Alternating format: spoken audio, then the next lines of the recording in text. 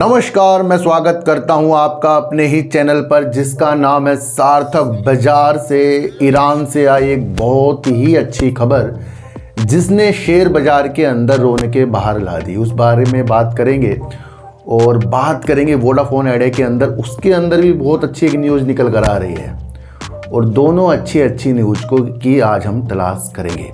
देखो सर,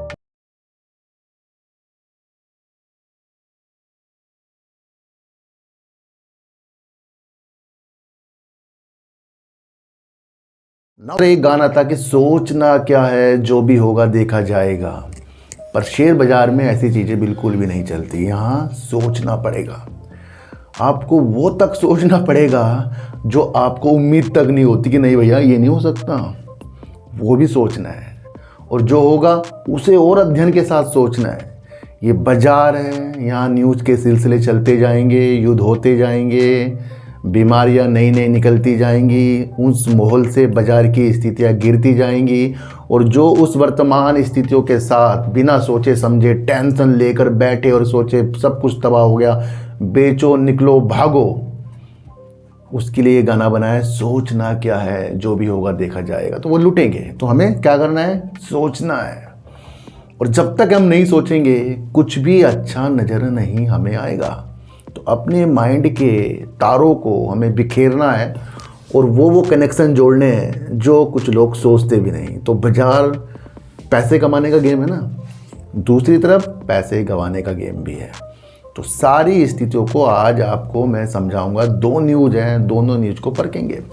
जिस चीज़ के लिए युद्ध हो रहा था, अमेरिका कह रहा था भैया परमाणु प्रोग्राम बंद करो अपना, वो आज युद्ध के इतने दिनों बाद, तबाही के मंजरों के बाद ईरान ने अपना एक स्टेटमेंट दे दिया।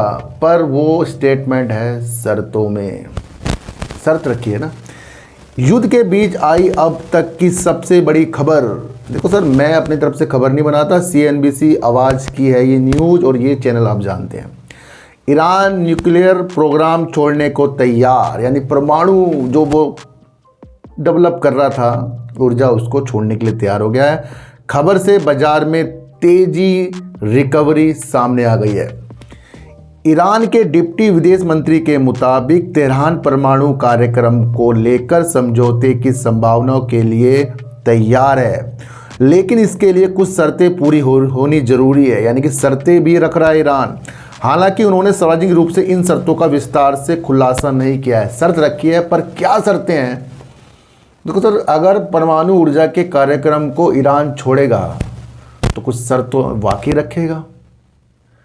जब ईरान अकेला ही इतने देशों के साथ मोर्चा संभाल कर बैठा है तो यानी कि उसके अंदर तो दम है। और एंड में जब वो कुछ चीज़ें होंगी तो वहाँ वो शर्त तो भैया आएंगी। ये आप समझ कर चलना। माना जा रहा है ईरान चाहता है कि उस पर लगे आर्थिक प्रतिबंधों में ढील दी जाए और क्षेत्रीय तनाव कम करने के लिए कूटनीतिक समाधान निकाले जाएं। दोनों शर्तें उसने रख दी है, पर इसके अलावा भी कुछ और शर्तें होंगी, ये ध्यान रखना। ग्लोबल बाजारों में राहत की लहर। तो सर एक चीज़ निगेटिव है, उससे वो चीज़ गिर रही है जो मजबूत है। मैं क्या कह रहा हूँ, एक चीज़ निगेटिव है, उससे वो चीज़ गिर रही है जो मजबूत है। यानी कि कुछ कंपनियां मजबूत हैं, वो अच्छा काम कर रही है, पर गिर किससे रही है, जो निगेटिव है। तो निगेटिव क्या होगा, हटेगा। और जब निगेटिव हटेगा तो क्या होगा, बाद में उनमें तेजी आएगी। पर निगेटिव इतनी कमर तोड़ देता है, जितना गिरता है उतना बाजार भागता भी नहीं है। देख लो पोर्टफोलियो उठाकर, जितना 3 दिन में बाजार गिर गया, क्या आज उसने इस न्यूज़ ने कवर कर दिया? इतनी इंपॉर्टेंट न्यूज़ है ये, तो युद्ध रुकने वाली न्यूज़ है। तो न्यूज़ सामने आएंगी, परखना आपको अंदर आना चाहिए। ग्लोबल बाजार में आ रही है तेज़ी, आपको पता ही है। अमेरिका के बाजार में तेज़ी है, फाइनेंस मार्केट में तेज़ रिकवरी देखने को मिली है। निवेशकों को उम्मीद है कि यदि परमाणु विवाद में समाधान निकलता है तो मध्य पूर्व में बढ़ता सेनाएं तनाव कम हो सकता है। ये ना निवेशक को उम्मीद है, आप उनमें जैसे की उम्मीद है। भैया जब युद्ध ही रुक जाएगा, शर्तें मानी जाएंगी, तो ये तो ऑटोमेटिकली चीज़ें हैं। इसका असर अमेरिकी बाजार के संकेतों पर भी दिखा है। डाउ फ्यूचर में करीब 200 अंकों की तेजी दर्ज की गई, जिसके ग्लोबल बाजार में सकारात्मक माहौल बन गया।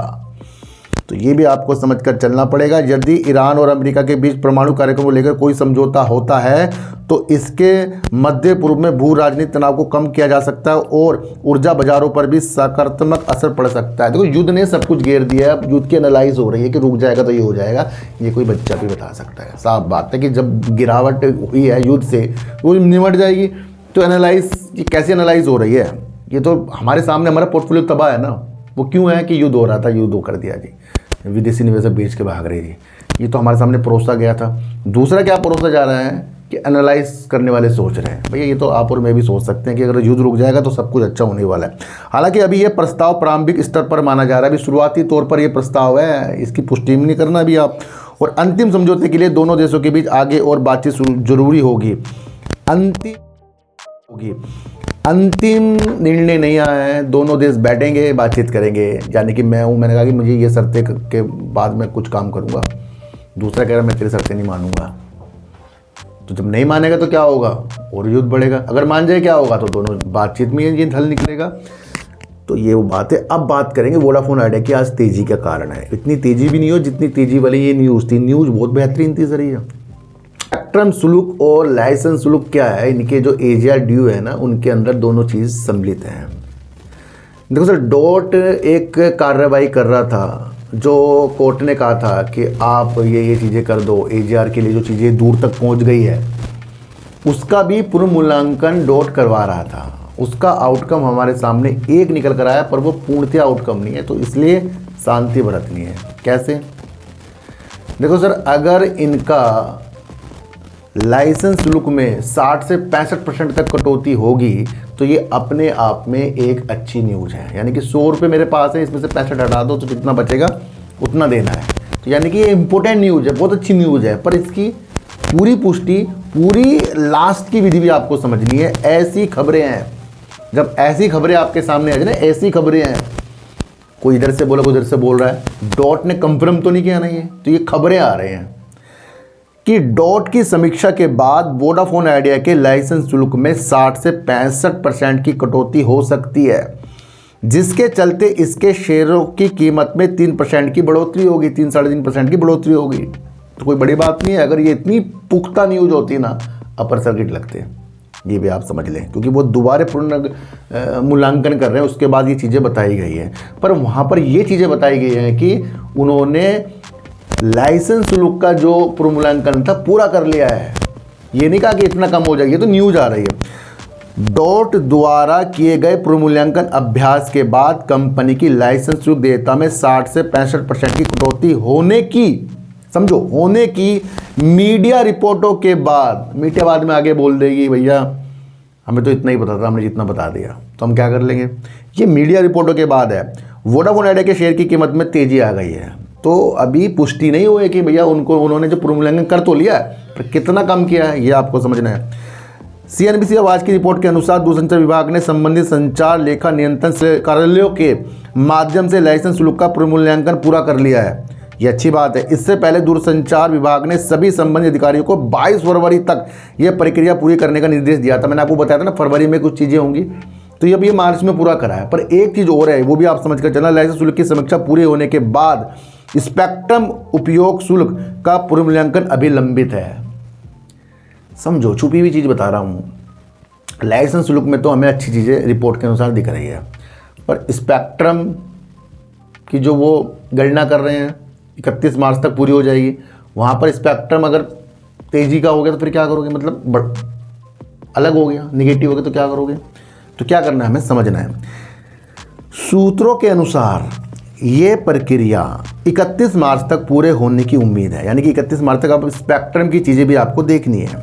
दूरसंचार विभाग द्वारा गठित और एक सेवानिवृत्त IAS अधिकारी की अध्यक्षता वाली समिति पुनर्मूल्यांकित शुल्कों पर अंतिम निर्णय लेगी। तो अभी अंतिम निर्णय बिल्कुल भी नहीं आया, ये आप समझ कर चलना। एजीआर पर, वोडाफोन के एजीआर पर जो देनदारियाँ है उस पर लाइसेंस शुल्क और स्पेक्ट्रम उपयोग शुल्क दोनों शामिल है। तो उसमें से लाइसेंस शुल्क के बारे में बात हुई है, पर कितना हुई है ये तो डॉट हमें बाद में बताएगा। इस वर्ष की शुरुआत में ये सारी चीज़ें हो गई थी और ये मार्च 2026 से किस्तों की इसमें इसका भुगतान किया जाएगा।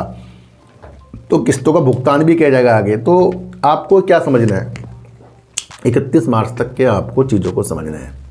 बस यही होता है न्यूज़ में, जो समझ गया न्यूज़ को वो अच्छी चीज़ों के साथ अपना फ्यूचर देखेगा, जो नहीं समझेगा, जो सिर्फ अलग अलग नीतियों से भागेगा, वो कुछ और समझ कर चलेगा। आज की वीडियो आपको कैसे लगी एक बार मुझे ज़रूर बताना। किसी को भी खरीदने बेचने की नीतियाँ मेरे चैनल पर बिल्कुल भी नहीं है। मेरा कोई टेलीग्राम कोई व्हाट्सएप ग्रुप नहीं है और ना ही आज तक मैंने बनाया। तो सर सच्ची वीडियो देखिए, अच्छी वीडियो देखिए, समझ कर देखिए, चीटी को आटा दीजिए, गाय को रोटी दीजिए और अपने बच्चों को ज़्यादा से ज़्यादा प्यार कीजिए, क्योंकि बच्चे ही आपकी मासूमियत से किस्मत पलटेंगे। तो फिर मिलेंगे आपसे नई वीडियो के साथ, जब तक के लिए नमस्कार।